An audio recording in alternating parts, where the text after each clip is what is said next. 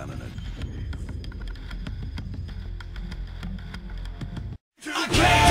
There's a price to pay. Time for you to get down on your knees and pray. Say goodbye to the good old days. They're never coming back. Watch your future fade. I came to play to get my dues paid. I guess you had a dream, but it can't be saved. I'm here to stay. Best get out of my way. I came to play.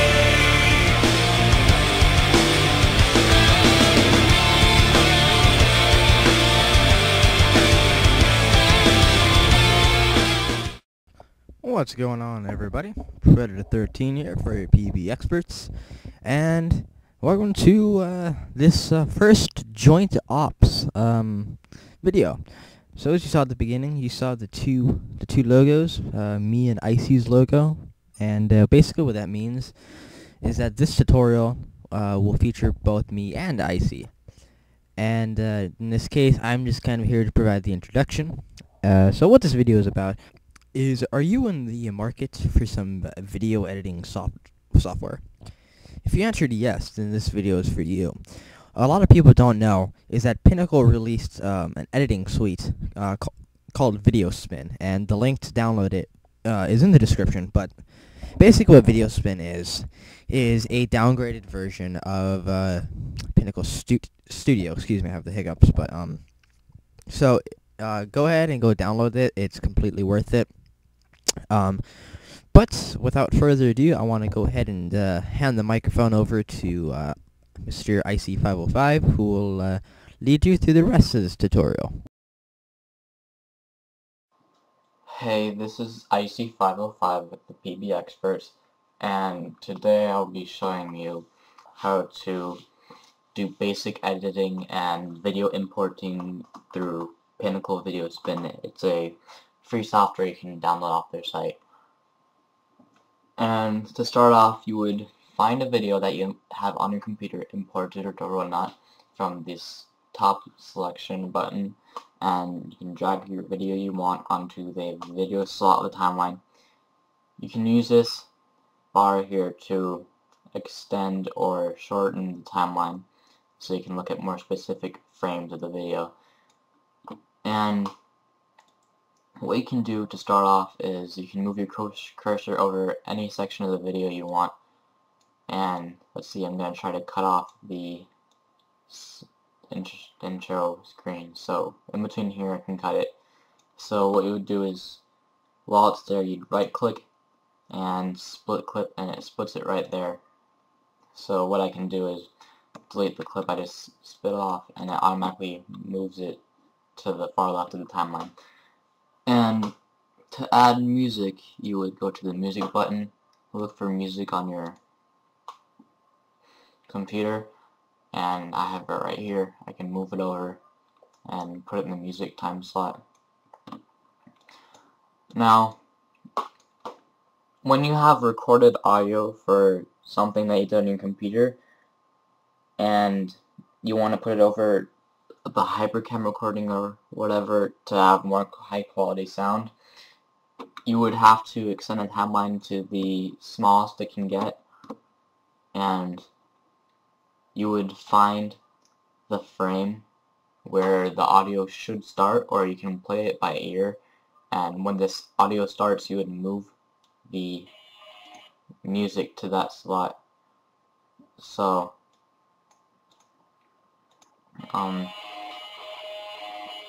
mine is pretty much way off. I'd have to move this away. Let's try this, and let's just say I got this lined up already. Once it's lined up, you can go ahead and save the video. You can save this in multiple video formats: MPEG, AVI, DVX. You can save it as an iPod video, so that kind of makes things easier, because usually I'd have to buy or download a iPod video converter and convert my YouTube videos to put on my iPod, which is slightly a pain in the neck. PSP compatible, and others. DIVX and MPEG-4, the high quality versions, are trial for 15 days, so what it means is you can open the program, I think, 15 times, and then after the 16th time you'll have to pay to use high quality video formats. What I did here is I have it as custom, because what I usually do is have it MPEG-4, which saves it as a huge file. See, 133.9 megabytes, and go to settings, and for widescreen it is 720 by 460, I believe. If I'm off, then I'll find out later. And what we could do, you press create file and save it as a name you'd want to, wait for it to create the file, and then you're done. You can upload it to YouTube. And the great thing about VideoSpin is you can, oh look, you can upload it to YouTube permanent, just right there, or Yahoo Video. The only setting you can do is highest quality though, because it sets it up to YouTube defaults 480 by 360. And what it does is it compresses it even more so that it doesn't take up too much space or time on YouTube, which I find to be kind of odd. So maybe if you're out of time and you want to upload it really quickly, you can use the direct to web upload. But if you have a lot of leisure time and you want the video to be somewhat high quality, then I'd suggest just trying to wait for the file to convert, because some people are a little too lazy to wait long enough for it to convert. So that's basically the first tier things you can do. I'm not sure if I worded that right, but basically all you can do is clip files, add new files. You can have text in here, there's text editing. You can title editor. You can open the title editor and you can add text, make a block for text, and you can add text wherever you want.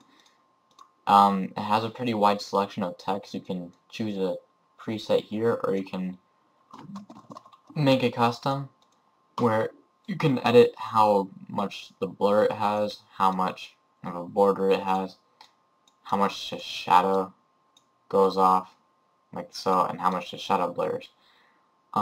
It's pretty handy if you want to have introductions without you talking, but that's basically it. So other than that, you can have two audio tracks. You can have a music track and a voiceover track, I believe, and this is pretty helpful if you want to have the background music and your voice playing over. I'm not sure if you could hear the music of mine, but if you could, that would work. Let's try. Okay. So, yeah, it does play. So, in that case, that ends my tutorial, and goodbye.